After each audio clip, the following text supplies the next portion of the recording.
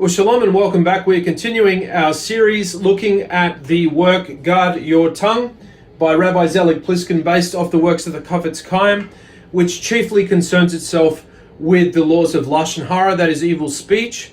And we are reading through the Prohibitions, which is still an introduction, a part one introduction, so to speak, before we get into the crux of the really good stuff in this work.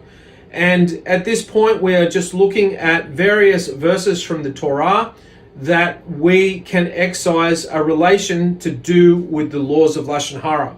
And we are up to Prohibition number 10, and we'll be reading through to Prohibition number 14, pages 17, 18, and 19 of Guard Your Tongue.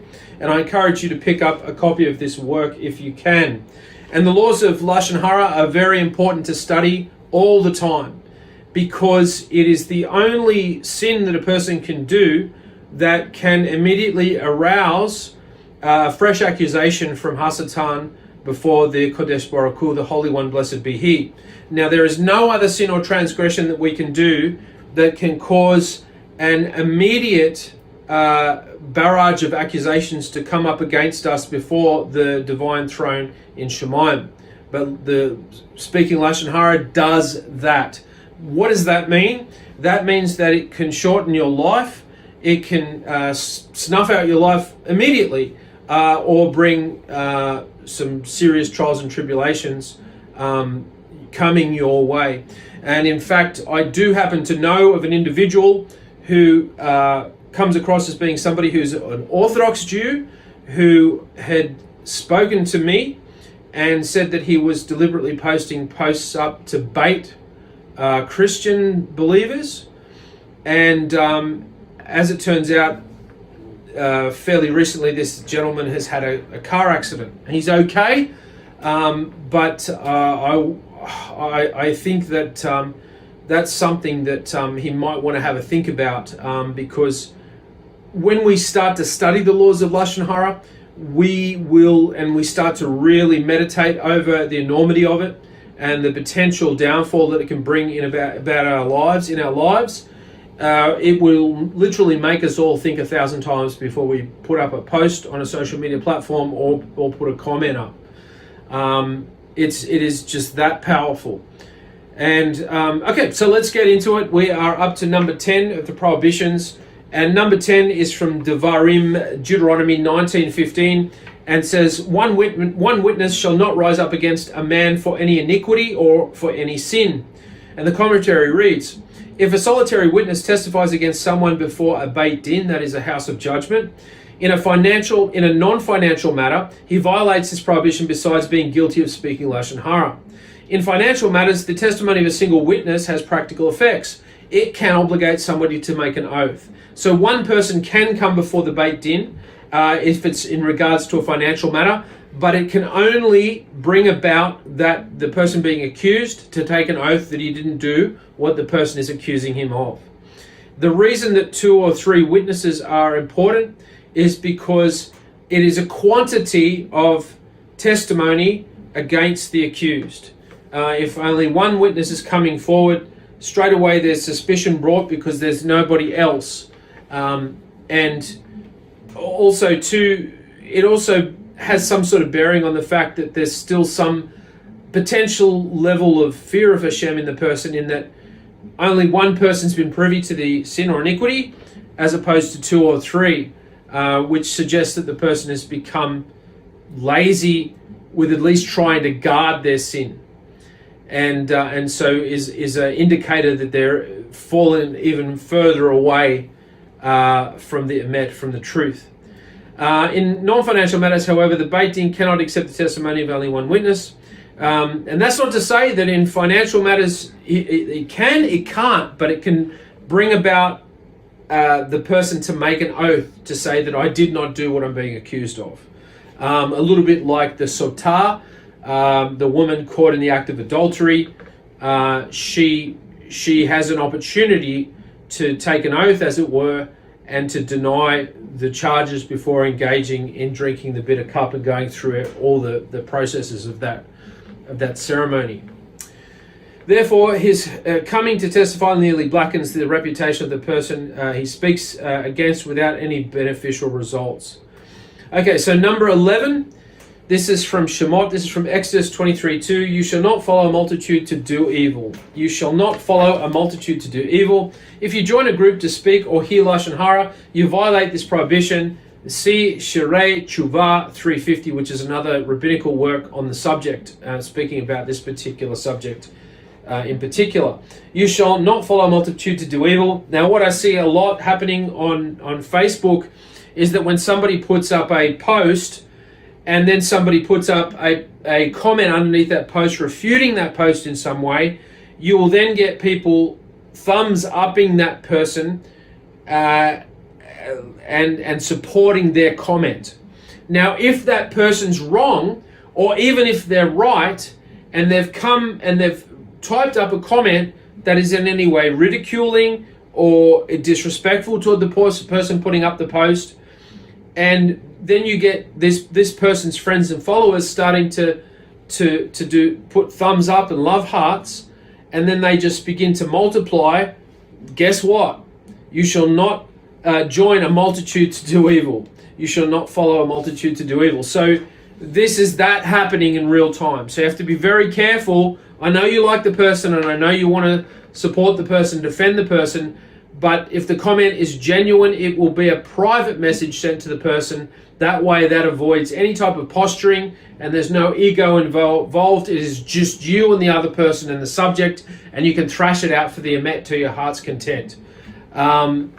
So be very careful we don't find ourselves in situations that are non-physical but are involved virtually over the web, where we're joining a multitude to do evil. We should be very careful. A lot of times when somebody puts up a post that counters, puts up a comment that counters a post, well, they have to be very careful what they say, because it's going to draw people. People are going to see a fight brewing, and people gather around to look and cheer for their particular person they're rooting for in the fight. Number 12, you shall not act similar to Korah and his company. Midbar, number 17:5. The commentary says here, this verse forbids us to maintain disputes in Sanhedrin 110a. There is more information there. And it will cause the continuation of a quarrel by relating Loshon Hara. You violate this prohibition. Okay, so people can put in a lot of effort to maintain a dispute. It is said before the morning that Korah was to present himself with his 200 companions, and everybody else, his whole family who was supporting him, that he was going around the night before until very late, rallying other people to join his cause. So we should be very careful. We should have the fear of Hashem upon us when we see that there's something that isn't quite right about one of our leaders. So we should be fearful to approach them in a mob-like mentality, and we should also be fearful to approach them in a way that is private, because we can see that even in the instance of Aaron and Miriam, Moshe's brother and sister, that they were a little bit more subtle about their issues they had with Moshe, but nonetheless there was still Hashem was still very angry, which caused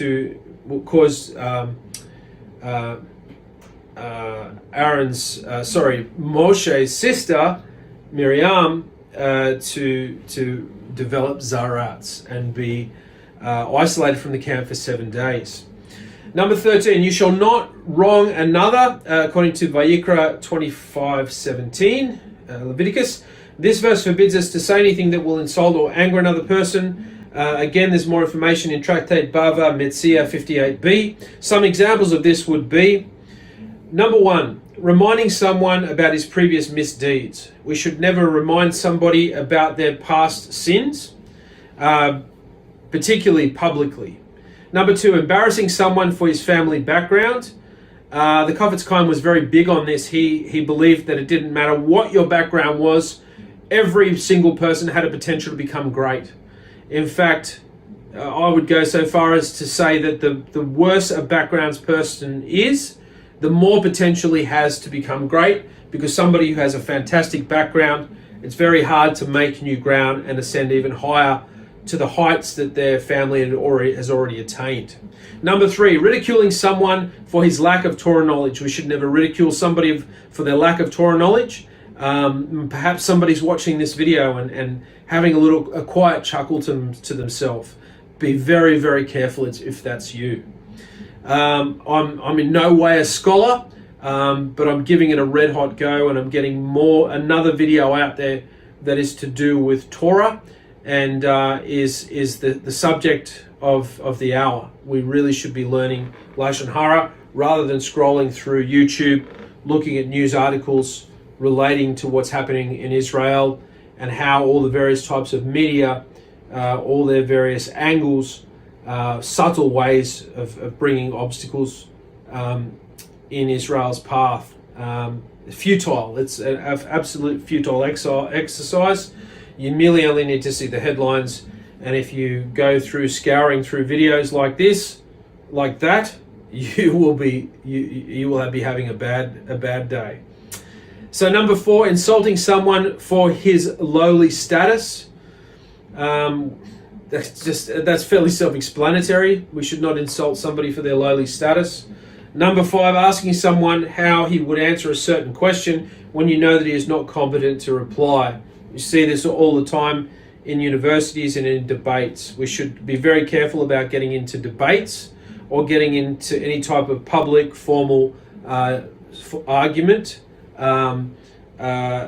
because what it is, the truth generally doesn't come out as the winner in those particular situations.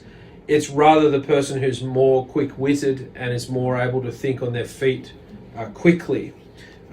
Somebody who's more intelligent and knows the truth and is about the truth, they might be a bit slower of tongue and a bit slower of mind. So, and also with those debates, they can draw in their toe a lot of iniquity in terms of having people start to rally around one person and speak out against another. If you relate Loshon Hara to others in the presence of the victim, besides being guilty of speaking Loshon Hara, you also violate this prohibition. If you relate Loshon Hara to others in the presence of the victim. So yeah, some people say, well, I'm saying it in front of him. It's not like I'm saying it behind his back. Unless it has a constructive purpose, in most cases it doesn't. Whether you're saying it in front of a person or behind their back, it is still Loshon Hara. Number 14, you shall rebuke your neighbor and you shall not bear sin because of him. Vayikra 19:17. This verse prohibits us from embarrassing others even when privately delivering a rebuke. According to Arkin 16b, which is another tractate from the Talmud, rebuke must be delivered in a tactful manner that will not cause shame. If you speak Loshon Hara about a person in his presence and cause him shame, you violate this prohibition. In fact, if you cause a person shame, we're taught that if you see them go red and their face becomes the same complexion as blood, you have murdered them. You have murdered that person. It's equivalent to murdering a person. So if you cause a person's face to go red, be very afraid and do anything and everything you can to undo that transgression. And we should, even when we're approaching the person, even in private, we should be careful not to bring shame upon them, because we can still cause them shame even if it's a private discussion. We should still be civil. So it says, if you shame someone in public, the crime is so severe that it is punishable by the loss of the Olam Haba. You can read about that in Bava Metzia, Tractate Bava Metzia 59a. And we have completed what I set out to do, which was look at the prohibitions 10 through 14. And next time around, Hashem willing, we'll look at 15 through 17 and finish the prohibitions. And then we'll get onto the positive commandments after that. Thank you so much for joining me. I hope you enjoyed this short lecture and look at the prohibitions of Loshon Hara. Please feel free to comment. Please keep your comments nice. But of course, if you can be constructive, great. I'm all ears and I'm open to all suggestions. And I hope this helps you. This short video helps you in some way. Thank you so much for joining me. Until next time, Hashem willing, I'll see you again. Bye now.